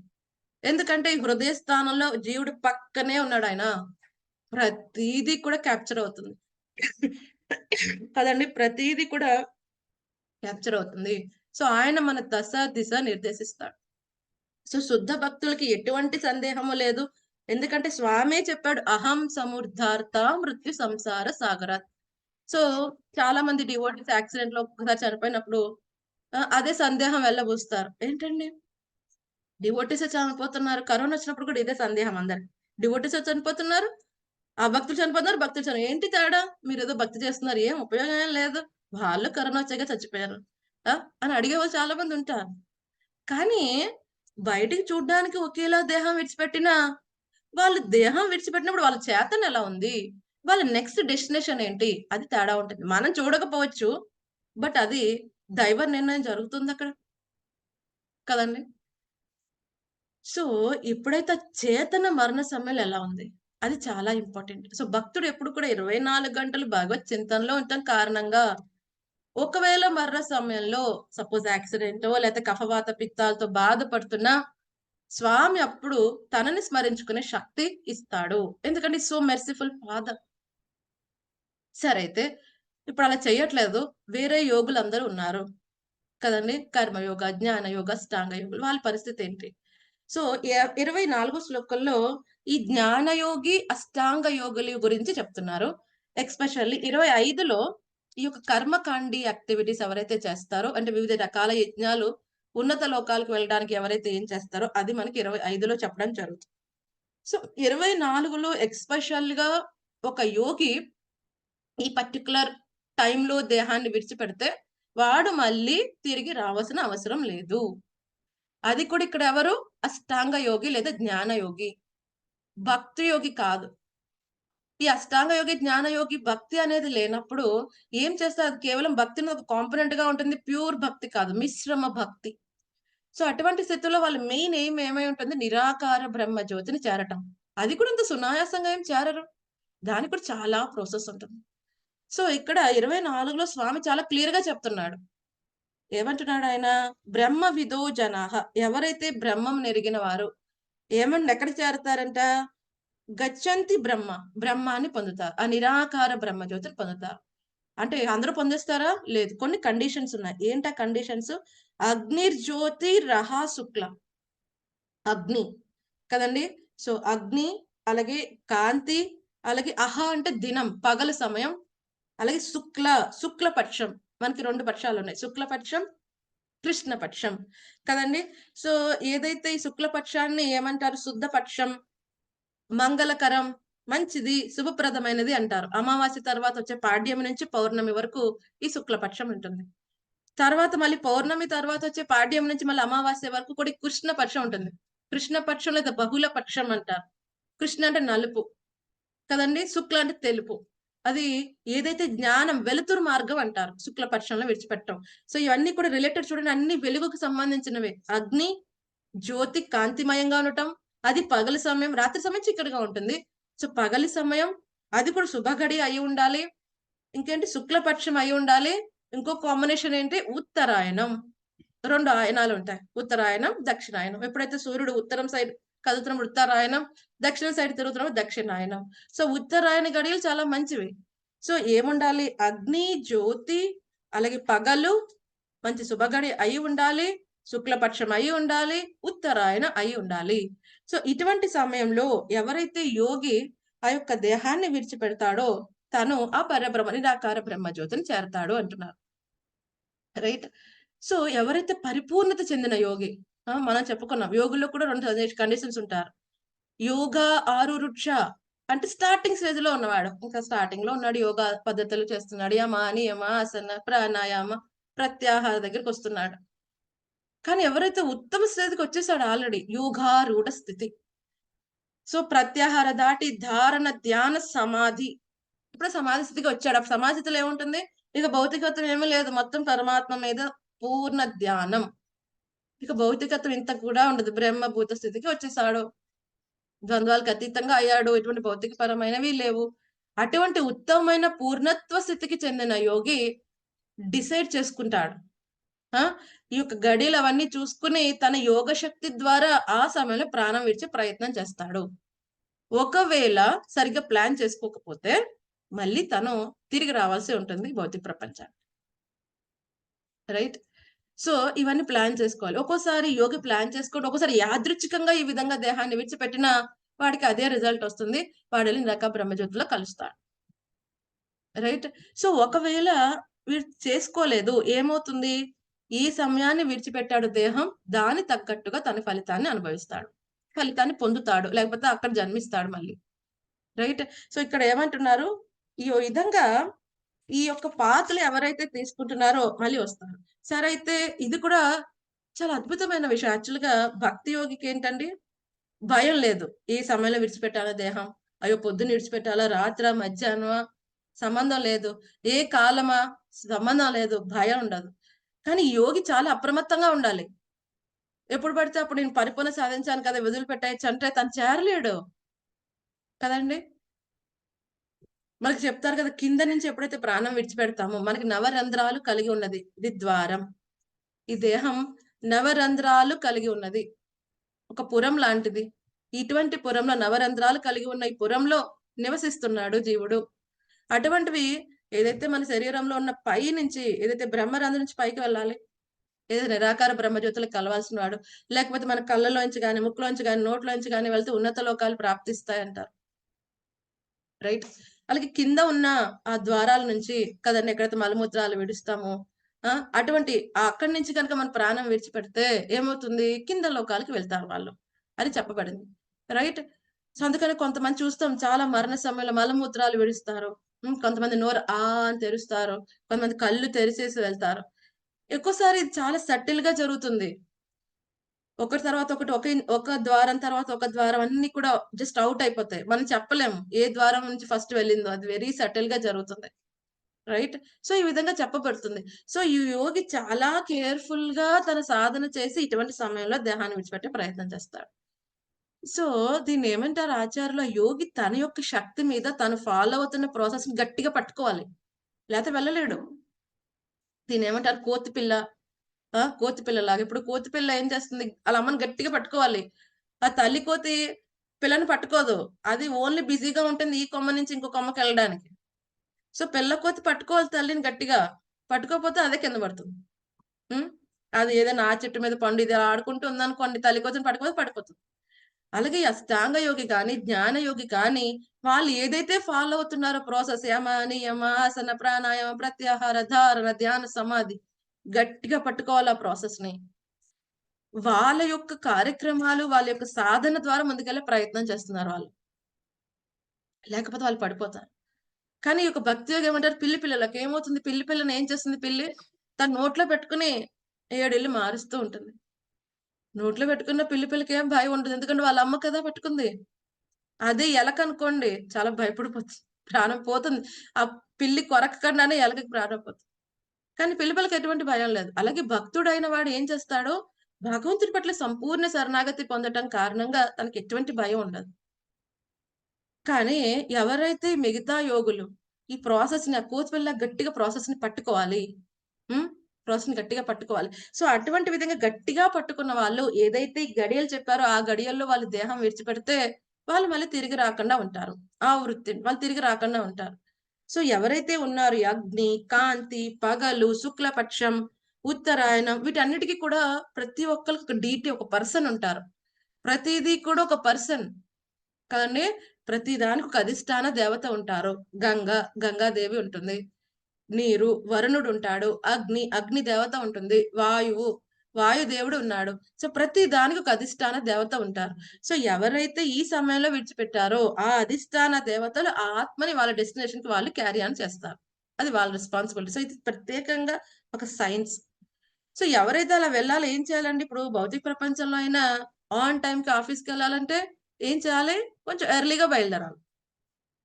ట్రాఫిక్ లేని సమయంలో బయలుదేరాలి. రైట్? అలాగే ఇవి కూడా రూల్స్. ఏ విధంగా మనం దేహం ఎప్పుడు పడితే అప్పుడు విడిచేస్తాం నాకే అనుకోవడానికి లేదు. మన దేహం విడిచిపెట్టిన సమయం, సందర్భం బట్టి మన డెస్టినేషన్ అనేది ఉంటుంది. సో, ఎందుకంటే ఇంత డిఫరెన్స్ అంటే మనం చూస్తాం. వింటర్‌లో మనం యాక్చువల్‌గా ఈ యొక్క జాకెట్స్ అవన్నీ వేసుకుంటాం చలి నుంచి పట్టుకోవడానికి. అదే వింటర్‌లో జాకెట్ చాలా కాస్ట్‌లీ ఉంటుంది. సమ్మర్‌లో కొంటే అంత కాస్ట్‌లీ ఉండదు. వెరీ చీప్‌గా దొరికేస్తుంది. కదండీ! అలాగే సందర్భం, సమయాన్ని బట్టే మారిపోతూ ఉంటుంది రిజల్ట్ అనేది. కదండీ! సో, అదే విధంగా ఈ యొక్క సమయాల్లో విడిచిపెడితే వాడి యొక్క డెస్టినేషన్‌ని చేరతారు. భక్తి యోగులకి ఇటువంటి సమస్య ఏమీ ఉండదు. ఎందుకని వాళ్ళు భగవంతుడి పట్ల సంపూర్ణ శరణాగతి పొందుతారు. భక్తునికి ఇక్కడ ప్రభుపాద గారు చక్కగా రాశారు. కృష్ణ భక్తి భావనాయుతుడైన భక్తునకు శుభాశుభ సమయములందు దేహమును విడిచినను యాదృచ్ఛికముగా లేక పూర్వ నిర్దేశ ప్రకారముగా దేహత్యాగం చేసినను వెనుకకు మరలి వచ్చుట అనేది భయం ఏమాత్రం ఉండదు. ఇది భక్తునికి భగవంతుడిచ్చిన అభయత్వం. మనకి భక్తుడి యొక్క లక్షణాలు చాలా అద్భుతంగా చెప్తాడు భగవద్గీతలో స్వామి. సో, మొట్టమొదటి లక్షణం ఏంటి? భయరాహిత్యం, అభయత్వం. ఎందుకు అంత అభయం ఉంటుంది వాడికి? ఎందుకు భయం లేకుండా ఉంటుందంటే, వాడికి భగవంతుడి పట్ల అంత నమ్మకం కదండీ!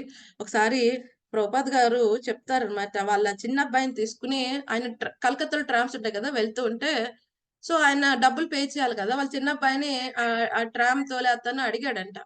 "ఏమయ్య నిన్ను ఇందులో నుంచి ఇసిరేస్తాను. నువ్వు టికెట్ తీసుకోలేగా ఇసిరేస్తాను." సో, వెంటనే వాళ్ళ చిన్న అబ్బాయి చెప్పాడంట, ఊరుకుంటాడేంటి మా నాన్న ఎనకాలే ఉన్నాడు.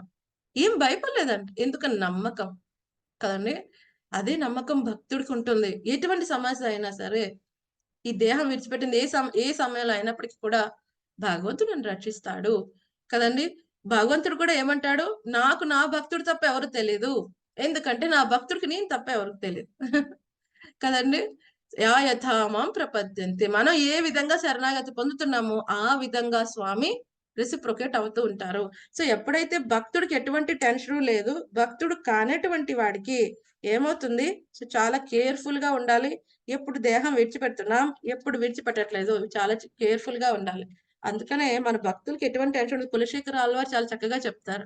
కృష్ణ త్వదీయ పద పంకజ పంజరాంతం అద్వైవమే విసతు మానస రాజహంస ప్రాణ ప్రయాణ సమయే కఫవాత పిత్తై కంఠావరోదన విదౌ స్మరణం కుతస్తే.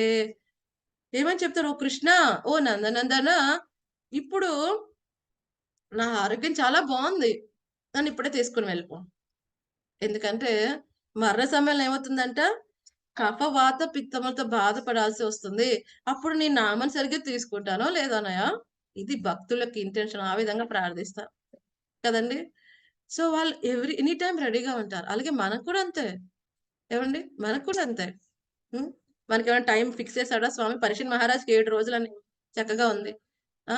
కాట్వాంగ మహారాజుకి తెలిసింది ఒక ముహూర్త కాలం ముందు. సో మనకి కూడా ఉంది ఎక్స్పైరీ డేట్, కానీ మనకు తెలియదు అంతే. కానీ ఏం చేయాలి, మనం ఎప్పుడు కూడా ప్రిపేర్డ్ గా ఉండాలి. ఏం చేయాలి, ప్రిపేర్డ్ గా ఉండాలి. సో ఏం చేయాలి, మనం నిత్యంగా భక్తితో సేవ చేస్తూ ఉంటే మరణ సమయంలో ఆటోమేటిక్ గా స్వామి మనకి సంరక్షణ కల్పిస్తాడు అని స్వామి స్వయంగా చెప్తున్నాడు. ఆచార్యులు కూడా చెప్తారు కాబట్టి మనం ఈ విధంగా పాటించాలి. లేకపోతే చాలా చాలా ఈ రూల్స్ అన్ని చూసుకోవాలి. ఏ సమయంలో విడిచిపెడుతున్నాం లేదు ఇవన్నీ. సరే, ఒకవేళ ఇప్పుడు అగ్ని జ్యోతి పగలు సమయం శుక్లపక్షం ఉత్తరాయణ చెప్పారు. ఇలా కాదండి, వేరే సమయంలో విడిచిపెడితే ఏం జరుగుతుంది అన్నది 25లో వస్తుంది. 25, 26లో చెప్తారు. అవి మనం రేపు తెలుసుకుందాం. మనం భీష్మదేవుడి గురించి కూడా చూస్తాం. ఆయన కూడా ఉత్తరాయణ గడియల కోసం వెయిట్ చేశాడు. కేవలం ఉత్తరాయణ గడియల కోసమైనా ఇంకా ఏమైనా వెయిట్ చేశాడా? భగవంతుని ముఖాముఖి దర్శించడం కోసం కూడా ఆయన వెయిట్ చేశాడు. కృష్ణ భగవానుని మరణించేటప్పుడు ఆయన చిత్తం అంతా, ఆయన శ్రీమద్ భాగవతం ప్రార్థనలు చూస్తే ఎంత అద్భుతంగా ఉంటాయి. కేవలం ఉత్తరాయణమే కాదు, ఆయన చిత్తం అంతా కూడా భగవంతుడి పైన కేంద్రీకరించాడు. ఆయన అనుకున్నాడు, ఆయన ప్రామిస్ చేశాడు వాళ్ళ నాన్నగారికి. ఏమని చెప్పాడు శాంతను మహారాజ్కి, ఈ రాజ్య బాధ్యత నేను చూసుకుంటా, ఒక మంచి రాజు, ఆ రాజ్య ప్రజలకు అందరికి ఉండేటట్టుగా నేను రక్షిస్తాను. అందుకోసమే కదా ఆ రాజు ఎవరైతే ఉన్నారో రక్షిస్తానని చెప్పే దుర్యోధనుడు కూడా దుర్యోధను తరపున ఆయన యుద్ధం చేయాల్సి వస్తుంది. సో ఎప్పుడైతే యుధిష్ఠిర్ మహారాజుని అక్కడ చూడాలనుకున్నాడు ఆయన, ఎప్పుడైతే యుధిష్ఠిర్ మహారాజ్ చక్కగా ఎవరైనా చనిపోయిన సమయంలో ఏం చేస్తారండి, అందరూ బాగా నగలన్నీ వేసుకుని వెళ్తారా, భక్తిని పలకరించడానికి లేదు. కానీ కృష్ణ భగవానుడు వీళ్ళందరినీ గొప్ప రాకుమారులాగా అలంకరించుకుని రమ్మంటాడు భీష్ముని చూడడానికి. ఎందుకంటే భీష్ముడి యొక్క కోరిక అది.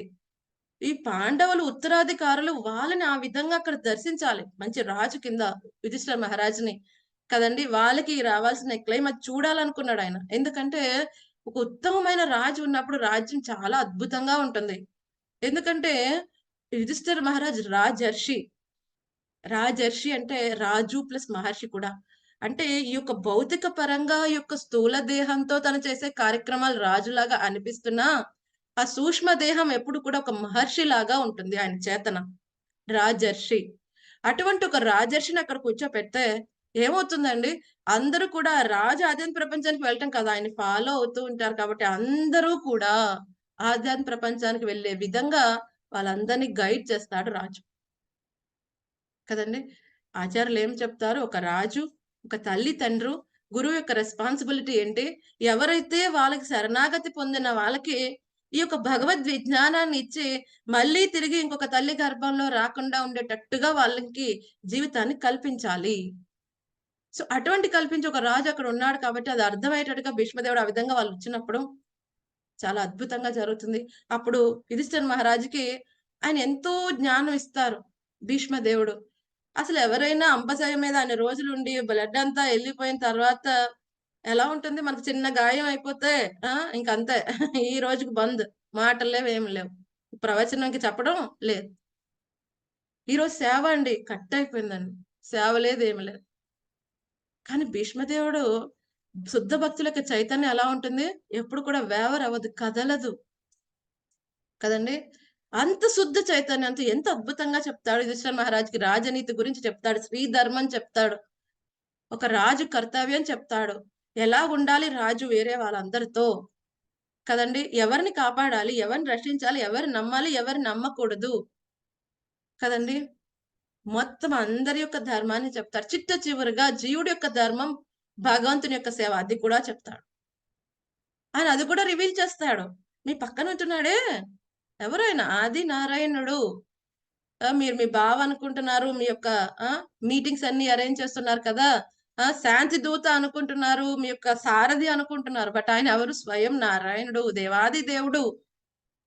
మీ పట్ల ఎంతో కరుణతో అనురాగంతో మీ ఇంట్లో ఒకడి కింద ఉంటున్నాడు. అది మీ అదృష్టం కదండి. సో ఎప్పుడైతే ఆయన మీరు సారథిగా పెట్టుకున్నారు కదా, అది మీ అదృష్టం. సో ఇప్పుడు ఆయన ఏమంటాడు, ఇవన్నీ చెప్పేసిన తర్వాత ఏదైతే ఆ పార్థసారథి రూపం మీద ఆయన ధ్యానం చేస్తూ అప్పుడు విడిచిపెడతాడు దేహం. సో భీష్ముడు కేవలం ఉత్తరాయణ కోసమే ఆగలేదండి, ఎలా విడిచిపెట్టాలో దేహాన్ని కూడా చెప్పాడు. మన శ్రీల ప్రభుపాద్ గారు చెప్తారు, హౌ టు లివ్, ఎలా బతకాలని చెప్పడానికి చాలా సంస్థలు ఉన్నాయి. How to leave the body, ఏ విధంగా దేహాన్ని విడిచిపెట్టాలని చెప్పడానికి చాలా తక్కువ సంస్థలే ఉన్నాయి. ఎందుకంటే అది శాస్త్రాల్లో ఇవ్వబడింది. శాస్త్రాల్లో 2 విషయాలు చెప్పారు. ఈ దేహం వచ్చిన తర్వాత ఇక్కడ ఉన్నప్పుడు కూడా సుఖంగా ఎలా ఉండగలవు, అలాగే ఈ దేహాన్ని ఎంత అద్భుతంగా విడిచిపెడితే తర్వాత వచ్చే డెస్టినేషన్ ఎంత అద్భుతంగా ఉంటుంది, అది కూడా ఇవ్వబడింది కదండి. లేకపోతే కేవలం కుక్కల్లాగా పిల్లుల్లాగా మనం కూడా ఏమంటారు, పుట్టుక బర్త్ అవుతుంది, మనం కూడా జీవితం విడిచిపెడతాం అంతే. పెద్ద తేడా ఏమీ లేదు. హితోపదేశం ఏమని చెప్తుంది, ఆహార నిద్ర భయమైతునంచ. ఆహారం ఎలా తినాలి, ఎలా ఉండాలి, నిద్ర, మైథున కార్యక్రమాలు, రక్షణ, ఇవి జంతువులు కూడా చేస్తున్నాయి. ధర్మేణ హీన పశుహి సమాన, ధర్మాన్ని ఆచరించకపోతే పశువుతో సమానం. ధర్మేహితేషు అధికో విశేషం. జీవుడు చేయాల్సింది ఏంటి, ధర్మాన్ని పాటించి. ఏంటండి ఆ ధర్మం, జేవేర స్వరూప హోయ్ కృష్ణేర నిత్యదాస్ కదా. ఇందాక భక్తి ఉన్నతాకుడు కూడా అదే చెప్తాను, నేను నిత్య దాసుని. దాసుడి యొక్క కర్తవ్యం ఏంటి, యజమానికి సేవ చేయటం. ఆ విధంగా సేవ చేసి మన కర్మలని, ఎలాగైతే సర్వెంట్ ఏం చేస్తాడు, యజమాని సంతృప్తి కోసం చేస్తాడు. అంతేగాని పక్కింటి వాళ్ళు ఏం చేస్తున్నారు, ఎదుంటి వాళ్ళు ఏం చేస్తున్నారు, వాళ్ళు నన్ను సరిగ్గా అవి అవసరం లేదు. సర్వెంట్ ఏంటి, యజమాని సంతృప్తి పడ్డాడా చాలు, వేరే వాళ్ళ కమెంట్స్ అనే అంతకేం పట్టడం అవసరం లేదు కదండి. సర్వెంట్ కి ఓన్లీ గోల్ ఏంటి, యజమాని సంతృప్తి. యజమాని సంతృప్తి పడ్డాడా, సో మిగతావన్నీ అనవసరం. మిగతా అన్ని అనవసరం. మన ఆచార్యులు చక్కగా చెప్తారు, భౌతిక ప్రపంచంలో అందరూ నేను జయజయలు కొట్టినా భగవంతుడికి నువ్వు నచ్చలేదు అనుకో, నీ కర్మలు నచ్చలేదు, భగవంతుడు సాటిస్ఫై అవ్వలేదు నీ కర్మల వల్ల. శ్రమ ఏవహి కేవలం శ్రమ వృధా. అందరూ నచ్చకపోనే తిట్టనే, కానీ నువ్వు చేసే కర్మలు భగవంతుని సంతృప్తి పరిచాయి అనుకో, ఇంకేం సంబంధం లేదు. ఏమవుతుంది, ఆధ్యాత్మిక ప్రపంచం వల్ల టికెట్ గ్యారెంటీ. సో ఈ విధంగా మన ఆచార్య చెప్పినట్టు మనం ఆచరించాలి. ఈ రోజు మన గురు మహారాజ్ హోలిన జయపతాక స్వామి మహారాజ్ యొక్క వ్యాస పూజ తిథి. సో మన మహారాజ్ కూడా చాలా అద్భుతంగా ఈ యొక్క భక్తి ప్రచారాన్ని అందరికీ అందించారు కదండి. సో ఏదైతే ఈ భయ రాహిత్యం గురించి మాట్లాడుకుంటున్నామో, సో మహారాజ్ లాంటి వాళ్ళ యొక్క కరుణ కారణంగా చాలా మంది జీవితాల్లో ఇది వాళ్ళు అనుభవించగలుగుతున్నారు. ఈ భయ రాహిత్యాన్ని ఆనందంగా జీవించగలుగుతున్నారు, భక్తి మార్గంలో వెళ్ళగలుగుతున్నారు. సో నేను ఆల్రెడీ లాస్ట్ బుధవారం గురువారం మహారాజు గురించి చర్చించుకున్నాం. ఆల్మోస్ట్ ఒక 5 గంటల వరకు చర్చించుకున్నాం. ఎందుకంటే మహారాజు యొక్క ఆధ్యాత్మిక జీవితం గురించి ఈ సత్యరాజ్ దాస్ ప్రభుజీ ఒక పుస్తకం రాశారు, మిల్వాకీ టు మాయాపూర్. ఆయన జన్మస్థలమైన మిల్వాకీ నుంచి ఇప్పుడు ఆయన అభివృద్ధి చేస్తూ ఆయన హెడ్ క్వార్టర్స్ అక్కడ ఉంటున్న మాయాపూర్ లో ఇక్కడ వరకు ఆయన ప్రయాణం ఎలా జరిగింది, ఎంత అద్భుతంగా జరిగింది, అవన్నీ కూడా మనం వివరించుకున్నాం, రైట్. సో మహారాజ్కి ఇప్పుడు చాలా దేహపరంగా చాలా సమస్యలు ఉన్నప్పటికీ కూడా ఇది అన్స్టాపబుల్. మలాంటి వాళ్ళు జ్వరం వస్తే అయిపోయింది, ఈ రోజు జపం లేదండి, అది లేదు, కానీ మహారాజ్ వాజ్ అన్స్టాపబుల్. మనం అప్పుడు చర్చించుకున్నాం. సో ఎవరైతే అది జాయిన్ అయ్యారో సెషన్స్ మీకు తెలుస్తుంది, మన 1989 వరకు కూడా ఎంతో అద్భుతంగా ప్రచారం చేశారు మహారాజ్. ఇండియాలో అటు యూరోపియన్ కంట్రీస్ లో, ఈస్ట్ ఇండియా సైడ్ అందరూ బాగా ప్రచారం చేశారు. బట్ 1989 లో ఒక రోజు ఏమైంది, ఒక సండే ఎర్లీ మార్నింగ్ ఆయన ఫ్లైట్ తీసుకుంటున్నారు స్పెయిన్ లో. ఏమైంది, ఎవరో ఒక అంతకు ముందు ఏదైతే ఒక సండే ప్రోగ్రామ్స్ కి అటెండ్ అవుతున్న వ్యక్తి జస్ట్ 2 days నుంచి అటెండ్ అవుతున్న ISKCON programmes, very unknown person. So just Maharaj అక్కడ చెక్ ఇన్ చేస్తున్నారు, టికెట్ దగ్గర ఉన్నారు, వెనకాల నుంచి ఆ వ్యక్తి జస్ట్ మెడ వెనక్కి పెట్టి జస్ట్ కట్ చేసేస్తారు, మహారాజ్ యొక్క నెక్ భాగంలో కట్ చేసేస్తారు. ఇట్ వాజ్ సో పెయిన్ఫుల్ కదండి. సో మహారాజ్కి అర్థం కదా, ఒక్క క్షణం ఏదో కోల్డ్ గా ఏదో తగులుతుంది మెడ దగ్గర, ఎవరు నన్ను వెనక్కి లాగుతున్నారు, ఒకసారి ఆయన చెయ్యి అడ్డబెట్టారు. సో అప్పటికి ఈ వ్యక్తి ఎంతవరకు కట్ చేశారు, అక్కడ కట్ చేసి అక్కడి నుంచి పారిపోయాడు కత్తి పట్టుకుని, రైట్. సో అప్పుడు మనం ఎక్కువ వివరణ అయితే ఆ రోజు క్లాస్ లో చెప్పుకున్నాం, రైట్. సో కానీ అప్పుడు మహారాజ్ యొక్క స్థితి మనం అర్థం చేసుకోవాలి, ఆ విషయం గురించి చెప్తున్నా. మహారాజ్ అప్పుడు ఏం ఆలోచించారు, మళ్ళాంటి వాళ్ళం అయితే అయ్యో నన్ను హాస్పిటల్కి ఎవరు తీసుకెళ్తారు, నేను బతుకుతానా లేదు, ఏమవుతుంది, కానీ మహారాజ్ ఒక్కటే ఆలోచించారు అప్పుడు. వెంటనే ఆ యొక్క పుస్తకంలో చాలా అద్భుతంగా చెప్పబడింది. సో ఎవరైతే మహారాజ్కి 2 సర్వెంట్స్ వచ్చారు. ఒక సర్వెంట్ ఎవరైతే ఆ దుండగుడు వెనకాల పరిగెత్తారు, ఇంకో సర్వెంట్ మహారాజ్ దగ్గరికి వచ్చారు. రైట్. సో మహారాజు చక్కగా వెంటనే మనసులో ప్రార్థించుకుంటున్నారంట. ఎందుకంటే ఆయన బయటికి మాట్లాడదామంటే బ్లడ్ నోట్లోంచి వచ్చేస్తుంది. సో అప్పుడు మానసికంగా ఆయన ప్రార్థిస్తున్నారు. మాయాపూర్ చంద్రోదయం టెంపుల్ అక్కడ ఉన్న లలిత రాధా మాధవ్ అష్ట సఖీలకి, పంచతత్వకి, నరసింహ భగవాన్కి అందరికి ప్రార్థిస్తున్నాడు ఆయన. ప్రభుపాద్కి చాలా చాలా కృతజ్ఞతలు ఈ జీవితం ఇచ్చినందుకు. కానీ ప్రభుపాద్కి చెప్తున్నారంట, మీరు ఏదైతే మిషన్ ఇచ్చారో డెవలప్ మాయాపూర్, ఏమని చెప్తారు ప్రభుపాద్ గారు, నీకు ఈ ప్లేస్ ఇచ్చేస్తున్నా, మాయాపూర్ని డెవలప్ చేయి. I'm giving you spiritual word. Already మొత్తం అంతా ఉంది, టైమే సెపరేట్ అవుతుంది, నువ్వు డెవలప్ చేయి. సో మహారాజ్ వచ్చినప్పుడు అసలు అక్కడ హార్డ్లీ 5 మెంబర్సే ఈ డివోటీస్ వెళ్ళే ఉండేవారు, ఎవరు ఉండేవారు కదా. ఇప్పుడు ఎలా ఉంది మాయాపూర్ వెళ్తే లాక్స్ ఆఫ్ డివోటీస్. ఎప్పుడు కూడా ఫెస్టివల్, అస్సలు ఖాళీ ఉండదు. కొన్ని ప్రదేశాల్లో ఓన్లీ ఎలా ఉంటుంది, కొన్ని ఫెస్టివల్ టైంలో రష్ ఉంటుంది. బట్ ఎప్పుడు వెళ్ళినా అక్కడ అసలు క్వార్టర్స్ దొరకు. ఎప్పుడు మోర్ దాన్ 50,000 డివోటీస్ విజిట్ చేస్తూనే ఉంటారు డైలీ. సో ఈ విజన్ అంతా ప్రభుపాద్ గారు చేశారు, దాన్ని డెవలప్ చేశారు మన గురు మహారాజ్. సో మహారాజ్ అప్పుడు ప్రార్థిస్తున్నారంట, ప్రభుపాద్ ఏదైతే ఇచ్చారో అది ఇంకా అవ్వలేదు, ఇప్పుడు నేను దేహం విడిచిపెడితే ఎలాగా అని ఆలోచిస్తున్నారు. సో లక్కీగా మహారాజ్ అప్పుడు మళ్ళీ హాస్పిటల్ తీసుకుని వెళ్తారు, అందులోంచి రీకవర్ అవుతారు. తర్వాత మళ్ళీ రిగరస్ గా ఆయన చేస్తారు. మళ్ళీ 2008లో ఆయనకి ఈ యొక్క బ్రెయిన్ లో ఏమవుతుంది, బ్లీడింగ్ అవుతుంది. మళ్ళీ అప్పుడు ఏమవుతుంది, మహారాజ్ ఆల్మోస్ట్ ఒక 3 months దాకా హాస్పిటలైజ్ అవుతారు. So very less number of chances అని చెప్తారు. మహారాజ్ మూమెంట్ ఆగిపోతుంది. It was like miraculous thing. ఏమవుతుంది, 4th డే సో మహారాజ్ బాడీలో మూమెంట్ రావట్లేదు. డాక్టర్స్ 1% ఛాన్స్ అని చెప్పారు. ఎక్కడైతే బ్రెయిన్ లో బ్లీడింగ్ అవుతుందో అది వెరీ సెన్సిటివ్ ఏరియా, ఆపరేషన్ చేసినా వెరీ డేంజరస్ అని చెప్పారు. సరే అయితే అతనిలో మూమెంట్ ఉంటే ఏదైనా చేద్దాం. 4th డే 3 days అయిపోయింది. 4th డే మార్నింగ్ వాళ్ళు తన లెఫ్ట్ ఫింగర్స్ కొంచెం మూవ్ అవుతున్నట్టు చూసారు అనమాట. సో సంథింగ్ ఏదో అడుగుతున్నారు ఆయన. సో మన కౌంటర్ ఉంటుంది, క్లిక్కర్ ఉంటుంది కదా జపం చేసేది. సో అప్పుడు ఓకే మహారాజ్ క్లిక్కర్ అడుగుతున్నారేమో. సో అప్పుడు ఎవరి దగ్గర క్లిక్కర్ లేదు. అప్పుడే జీబీసీ మీటింగ్స్ అన్ని అవుతుంటే రేవతి రమణ్ ప్రభు ఇస్కాన్ తిరుపతి ప్రెసిడెంట్ అప్పుడు వస్తే ఆయన వచ్చారు అప్పుడు అన్నమాట. ఆయన దగ్గర కౌంటర్ ఉంటే ఆయన చేతిలో పెడితే it was miraculous. Maharaj Hare Krishna Krishna Krishna Hare Hare, Hare Rama Rama Hare Hare. ఆయన నోట్స్ తో చాలా చిన్నగా చెప్తున్నారు, ఈ కౌంటర్ సౌండ్ వస్తుంది. ఇట్ ఈస్ కౌంటింగ్ 1 2 3 అప్డేట్ అవుతుంది. అప్పటి వరకు 3 days నుంచి నో మూమెంట్ అసలు బాడీలో. సో అప్పుడు డాక్టర్ వాజ్ లైక్ షాక్డ్. మేము చెప్పాం 1% chances, very less number of chances. It was miracle కదండి. తర్వాత స్లోగా మహారాజ్ కి హ్యాండ్ మూమెంట్ వచ్చింది. స్లోగా he was like remembering the things. Right. After 3 months తర్వాత మళ్ళీ పూణేలో రాధానా స్వామి మహారాజ్, ఈ సోల్నెస్ రాధానా స్వామి మహారాజ్ ఇన్వైట్ చేస్తే ఫెస్టివల్ కి వస్తారు. ఈ విధంగా మళ్ళీ ఒక period of time very regress exercises, therapies, almost 8 hours therapies తీసుకుని మహారాజ్ మళ్ళీ ప్రచారం అన్స్టాపబుల్. మామూలు ఇదివరకు ఎలా చేశారు దానికి డబుల్ ట్రిపుల్ చేసేస్తారు.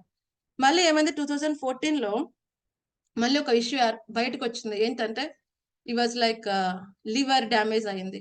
అసలు ఏంటి ప్రాబ్లం, లివర్ ఎందుకు డ్యామేజ్ అయిందని ట్రాక్ చేస్తే ఎప్పుడైతే ఆ స్పెయిన్ లో ఆ వ్యక్తి కట్ చేశాడు కదా, ఆ వ్యక్తి కట్ చేసినప్పుడు చాలా బ్లడ్ అంతా పోతే అప్పుడు అక్కడ బ్లడ్ ఎక్కించారు.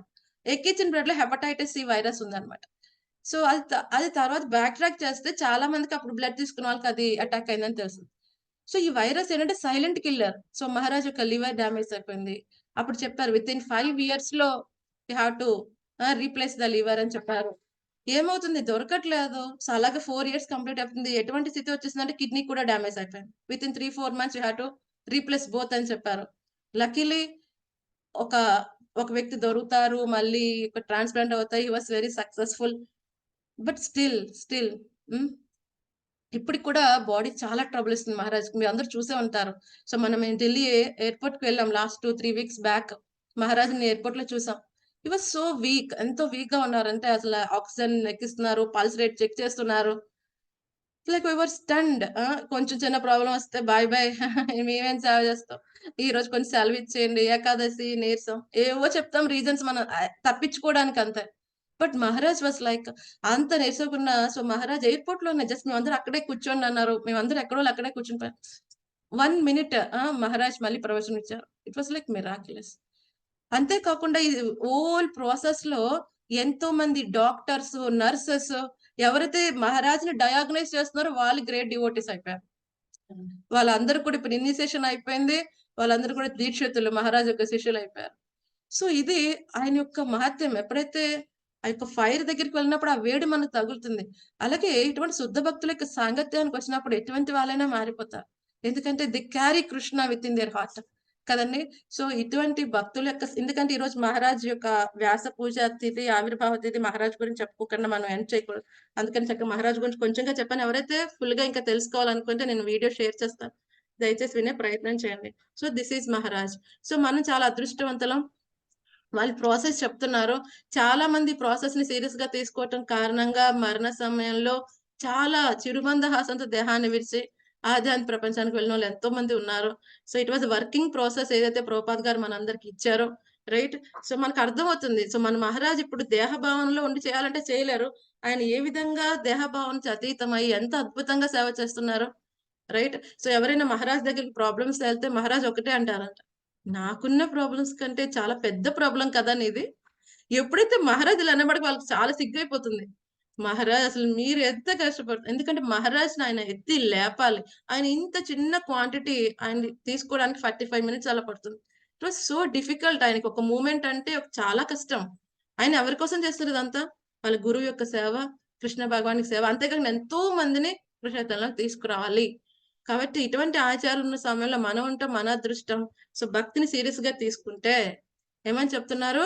భయపడాల్సిన అవసరం లేదు. ఏ సమయంలో ఎటువంటి విషయాల్లో మన దేహాన్ని విడిచిపెట్టినా మన సంపూర్ణ శరణాగతితో ఉంటే ఆధ్యాత్మిక ప్రపంచం చక్కగా వెళ్ళవచ్చు. మళ్ళీ తిరిగి రావాల్సిన అవసరం లేదు. మన గురువులకి మనం ఏదైనా ఇవ్వగలిగితే ఏంటంటే, మన గురికి ఈ రోజు వ్యాస పూజ, మన గురు మహారాజ్ ఏం ఇవ్వగలం ఆయనకి మనం గిఫ్ట్ కింద? ఏదైతే మనకి ఇచ్చారో ఇన్స్ట్రక్షన్స్ అవి చక్కగా పాటించగలిగితే అదే మనం వాళ్ళకి ఇచ్చే గొప్ప గిఫ్ట్ కదండి. సో ఇంతటితో మనం ఆఫ్ చేద్దాం ఈరోజు సెషన్. ఏమైనా సందేహాలు ఉన్నాయా డివోటీస్?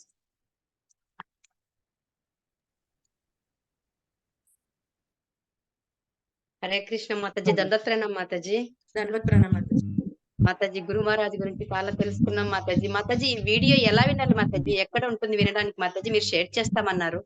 మీరు ఏ గ్రూప్ లో ఉన్నారు మాతాజీ? శ్రీమద్ భాగవతము తృతీయ స్కందం మాతాజీ. శాస్త్రాధ్యయనాలు ఉన్నారు కదా? లేను మాతాజీ, తృతీయ స్కందం మాతాజీ. అయితే మీ నంబర్స్ ఇక్కడ నాకు చాట్ లో పెట్టండి, ఎవరికైనా కావాలంటే వాళ్ళకి పెడతాను. లేకపోతే మీరు ఒక క్షణం ఉంటే నేను చాట్ లో పేస్ట్ చేస్తాను. ఓకే, సో మీరు ఒక్క నిమిషం ఉంటే నేను ఇక్కడ చాట్ లోనే పేస్ట్ చేస్తాను. పెట్టండి మాతాజీ. హరే కృష్ణ. ఓకే సార్, అయితే ఒక్క నిమిషం నేను చాట్ లో షేర్ చేసే ప్రయత్నం చేస్తాను.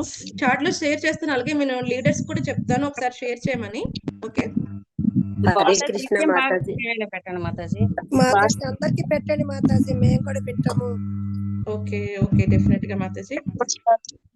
మాతాజీ హరే కృష్ణ మాతాజీ. డైలీ వచ్చే ప్రోగ్రామ్ కూడా దాని లింక్ ఏమన్నా పెట్టండి మాతాజీ. ఎప్పుడైనా కొంచెం వినాలంటే కూడా డైలీ మార్నింగ్ ఇదే లింక్ ఉంటుంది మాతాజీ. మార్నింగ్ 6:45 ఇదే లింక్ మాతాజీ. నేను అడిగేది అది కాదండి, నేను కొత్తగా వచ్చాను ఇందులోకి. అయితే మీ నంబర్ నాకు పంపించండి మాతాజీ, గ్రూప్ లో ఇక్కడ పెట్టండి, నేను మిమ్మల్ని యాడ్ చేస్తాను. అప్పుడు నేను అడిగేది అలా కాదండి, ఇది వరకు అయిపోయిన అధ్యాయాలు వినాలి అంటే అవి ఏమైనా రికార్డింగ్ ఏమైనా ఉంటాయండి? అవన్నీ కూడా తెలుగు గీత అనే యూట్యూబ్ ఛానల్ లో అప్లోడ్ చేసాం మాతాజీ. నేను అలాగే రాసానండి, మీలాగే వేరే మాతాజీని అడిగితే తెలుగు గీత యూట్యూబ్ ఛానల్ అని టైప్ చేయండి అప్పుడు వస్తది అని చెప్పారు. మరి అలా పని చేయండి మాతాజీ, మీరు మీ పేరు మీ నంబర్ నాకు చాట్ లో పెట్టండి, నేను మీకు పంపిస్తాను. అలాగేనండి అలాగేనండి అలాగే సరే పంపించండి, నేను వెయిట్ చేస్తాను, మీ నంబర్ తీసుకుంటాను.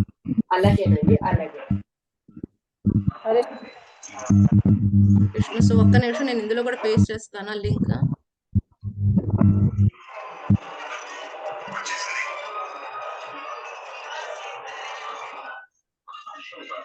సో నేను ఇక్కడ చాట్ లో ఒక లింక్ పేస్ట్ చేశాను కదా, గురు మహారాజ్ ఇది. సో ఎవరైనా తీసుకోవాలనుకున్న వాళ్ళు తీసుకోవచ్చు. 2 ఉన్నాయి, 2 పార్ట్ 1 పార్ట్ 2 కింద 2 days మేము చర్చించాము. ఓకే, నేను పంపించాను ఇక్కడ. సో ఇక్కడ నుంచి డైరెక్ట్ గా ఎవరైనా తీసుకోండి లింక్స్ కావాల్సిన వాళ్ళు. సో ఎవరైతే మీకు పర్సనల్ గా పంపించాలి అంటే మీ పేరు నెంబర్ పంపిస్తే నేను పంపిస్తాను. ఓకే, సో ఎవరైతే మీకు లింక్ కావాలన్నారు కదా మాతాజీ, మీరు నాకు చాట్ లో మీ పేరు నెంబర్ పెడితే నేను తెలుగు గీత యూట్యూబ్ లింక్ మీకు షేర్ చేస్తాను. ఓకే, సో ఇంకేమైనా సందేహాలు ఉన్నాయా డివోటీస్? మాతాజీ మీరు ఒకసారి ఏదో అడిగారు కదా, మీ నెంబర్ ఇందులో పెడితే నేను మీకు పంపించగలను తెలుగు గీత. మాతాజీ నేను పెట్టలేకపోతున్నానండి, ఒక్కసారి రాసుకుంటారండి? ఒక్క నిమిషం, అంటే అదే రికార్డింగ్ స్టాప్ చేస్తానండి.